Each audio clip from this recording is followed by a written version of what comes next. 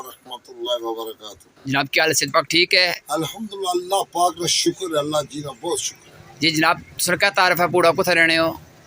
मैं जनाब सापना मुतासरा डैम जी उतो फिर मुड़ी कहता है अपर आए हैं 1290 उथे रहने आता है अरनो जी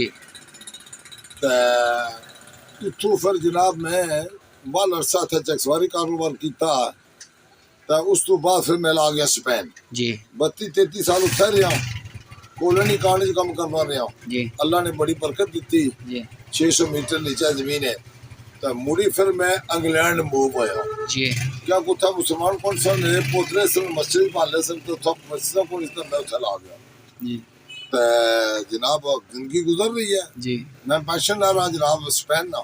जी अच्छा जनाब सही गल बो कि पाकिस्तान तहरीक इंसाफ ही सब वो मनने सपोर्ट भी करने माली भी जानी इमरान खान ने मतलब क्या मैसेज देना चाहते हैं? इमरान खान जी जे आखो ना नंबर 1 बंदा तो हमारा ख्याल आखना नंबर 1 है। बेशक बेशक अगर आखसो मुर्शिद है तो मुर्शिद है। जी अगर आखसो जे पीर है तो पीर है क्योंकि उस 10 साल पहले जी गल्लां कीतियां ना सच्चियां करिए सच्चियां कीतियां आज जो साबित हुई है। बेशक बेशक जी तुम रहने बारे क्या बाना चाहते हो क्या मैसेज देना चाहते हो कि मैं आना जी जे तिन्ना लोगों में जाए तो फिर तो रिहा करने को नहीं अल्लाह वादा उल्ला शरीक उसे रिहा कर सी क्यों कुछ बड़े बड़े काम किते जी कौम मुतहदा जी है गल लम्मी हो जासी। कौम मुतहदा जो बड़ी लंबी तकरीर की है इस्लाम ने बारे यानी कि उस इस्लाम ने बारे बड़ा मैसेज दिता कि असा उस दीन की मनने जड़ा अल्लाह ने भेजा तो नबी ने सही सगाया जी है जी। एक कौम मुतहदा पूरी दुनिया ने था लीडर सन उस उलमा इकराम ने जरूरत से जिस इस बंदे जरूरत की है। दूसरी बात यह है कि जो जो इस बंदे मतलब है गल्ला आखियां सन भाई जिधर मैं लीडर बनी है या मैं आगे ये सारे चोर इकट्ठे हो जा सन आज ये सारे इकट्ठे हो गए। ये साबित हो गया है जी साबित हो गया फिर साबित हो गया कि इस बंदे में इस वास्ते पीर मनना या मुर्शिद मनना कि कई साल पहले गल्ला कीतियां आज हो गए। अगर अगर अल्लाह पाक मैनू माफ करे तो मौलवी उलमा इकराम भी मैनू माफ कर देन जो इमरान खान ने कम किया उलमा इकराम नहीं कर सके आज भी पार्ट अदा कर सकना उलमा इकराम पर के नहीं कर रहे डरने। इस बंदे ने जनाब मुसाफिर खाने खोले लंगर खाने खोले 10 लाख ना कार्ड दिता जनाब मान 12-12 हज़ार रुपया दिता जनाब गरीबा की और काश्तकारें की रिलीफ दी। उस तो इलावा और बड़े कम इस कीते न जेड़े तक कोरोना आ गया कोरोना दे विच जनाब मान पूरी दुनिया फेल हो गई है। सिर्फ 3 मुल्क दुनिया पूरी जिन्हें पाकिस्तान भी आना इस बंदे ने सारा हैंडल किया।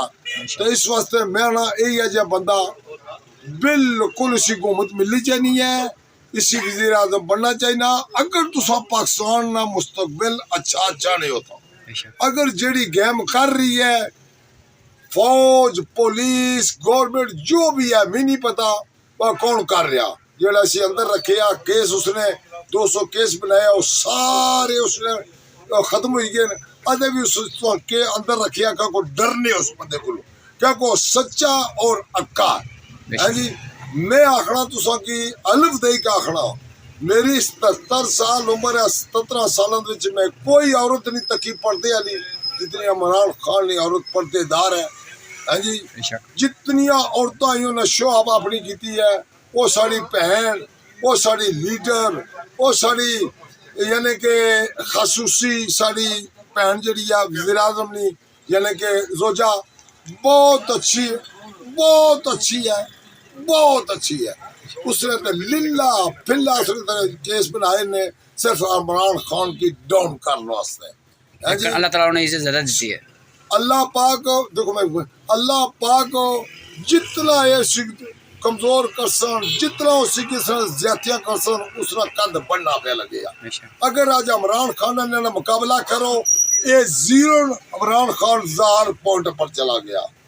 अगर इस नाल ज्यादती की जितने बंदे ज्यादती कर रहे हैं मैं हेल्प दे का हना ये बच्चे बंदे नहीं बची सकन लगे ये बंदे नहीं बची सकन लगे क्योंकि जुल्म कर रहे एक इमरान खान जुल्म कर रहे हैं दूसरा अपने मुल्क नाल जुल्म कर रहे हैं। बेशक ये ऐसे लोग हूँ 75 साल तू आ रहे कि ये लोग पैसा लुटी के तो बाहर के नहीं जाने। बेशक वो बंदा वायदे हुआ कि बाहर पैसा से अंदर आंदा, बेशक इसलिए कोई प्रॉपर्टी नहीं। वो अगर पैसे ना भुखा होना तो 6 अरब पाउंड उसी मिलिया सी और गोल्ड मिथुन तू क्या है वो जेड़ा उसने सावरे सन या कौन सा जी है जी।